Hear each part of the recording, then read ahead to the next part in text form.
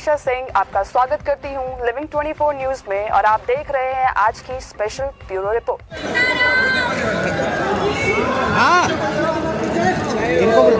भैया रुक जाओ। अरे भाई आशीष भैया बैठ लीजिए।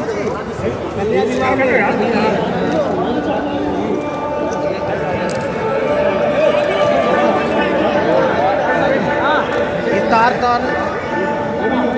भाई म्यूजिक बंद कराइए भाई।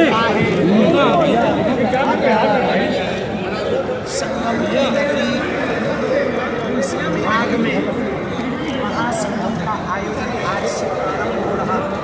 हनुमंत कथा के माध्यम से आज से 3 दिन के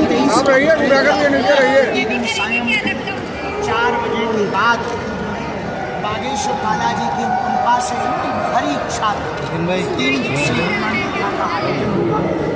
23 अप्रैल को दिव्य दरबार लगाया जाएगा, वो भी शाम के समय ही लगाया जाएगा।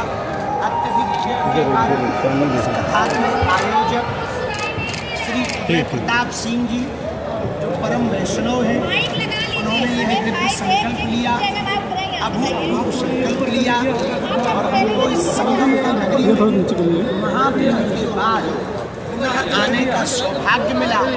हम इस भूमि को दंडवत करके संपूर्ण प्रयागवासी, प्रयागराज, जौनपुर, महोबा, बांदा, रीवा आदि क्षेत्रों के सभी जनों को सायंकाल आज 21, 22, 23 आमंत्रण है। अब आपके मन में जो भी खुजली हो सो हैं,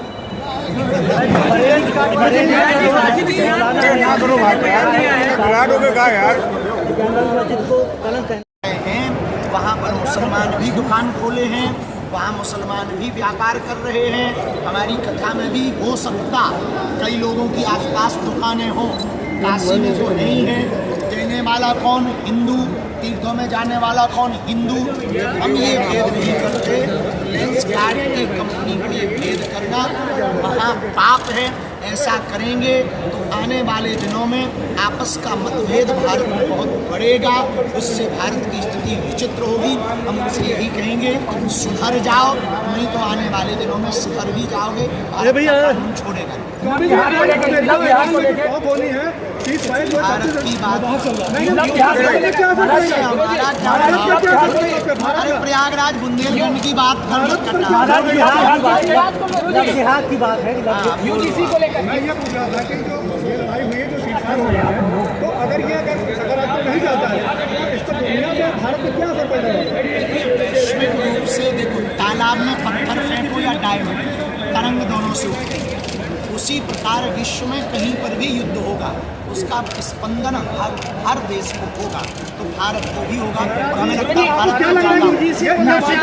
नासिक की कंपनी के खिलाफ बिहार को लेकर बड़ा मामला हुआ है, वहाँ के वर्करों को, महिलाओं को ले जाकर पर हमने बोल दिया है कि सुधर जाओ वरना भारत का कानून सुधारेगा। और महाराष्ट्र का कानून बहुत अच्छा है और महाराष्ट्र में इस बात को लेकर के बहुत प्रबल, वहाँ के हमारे यशस्वी मुख्यमंत्री बहुत ही प्रिय श्री देवेंद्र फडणवीस जी सैद्धांतिक रूप से, वैचारिक रूप से अपनी परंपरा को बहुत प्रबलता से मानते हैं। जल्दी ही हमें भरोसा है कि वो इस पर कठोर कार्रवाई करेंगे और हम हिंदुओं से प्रार्थना करेंगे। देख लो, हमें लगता है व्यापारवाद में यदि मजहब को आगे लाया जाएगा तो देश की स्थिति परिस्थिति बिगड़ जाएगी। वरना हम हिंदुओं से भी अपील करेंगे कि अपनी अपनी कंपनियों में सिर्फ हिंदुओं को ही काम हो। आप बताएं क्या कह दें, आप क्या सुनना चाह रहे हैं? यूजीसी के बिल में कुछ, यूजीसी के समर्थन में कुछ है, कुछ उसके विरोध में है। यूजीसी के आने के बाद देश में जोड़ने की बात करते हैं, तोड़ने की बात नहीं करते हैं। तो हमारा यही उद्देश्य है कि सरकार नीति, विधाएं और संविधान की पद्धति जो है समानता वाली, हम चाहते हैं कि हमें जातियों में न बांटा जाए, हमको भारतीय रखना। ये जो नारी शक्ति अधिनियम, नारी शक्ति अधिनियम भी लाया है गुरु जी, क्या है? आप अपना वर्ष सुख चाहते हैं का गुरु जी?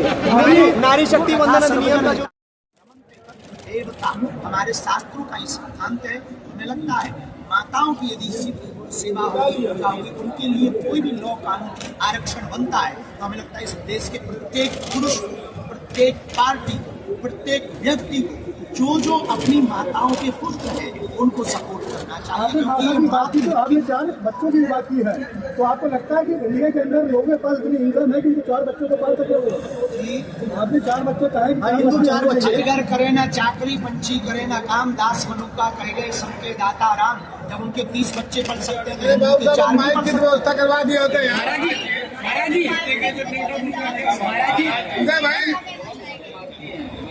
क्या जा रहे हैं?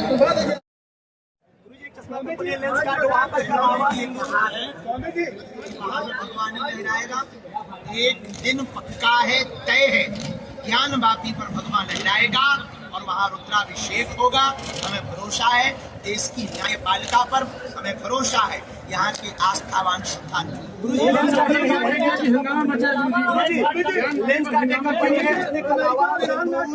महिलाओं के पहनावे पर प्रतिबंध लगा करके बुर्का और हिजाब पर उसने छूट दिया है, क्या करना चाहेंगे? मना किया हिंदू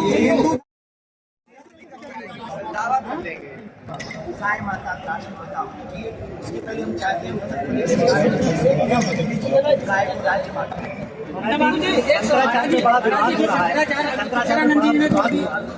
तमाम मुकदमे भी और लग गया है उनके ऊपर।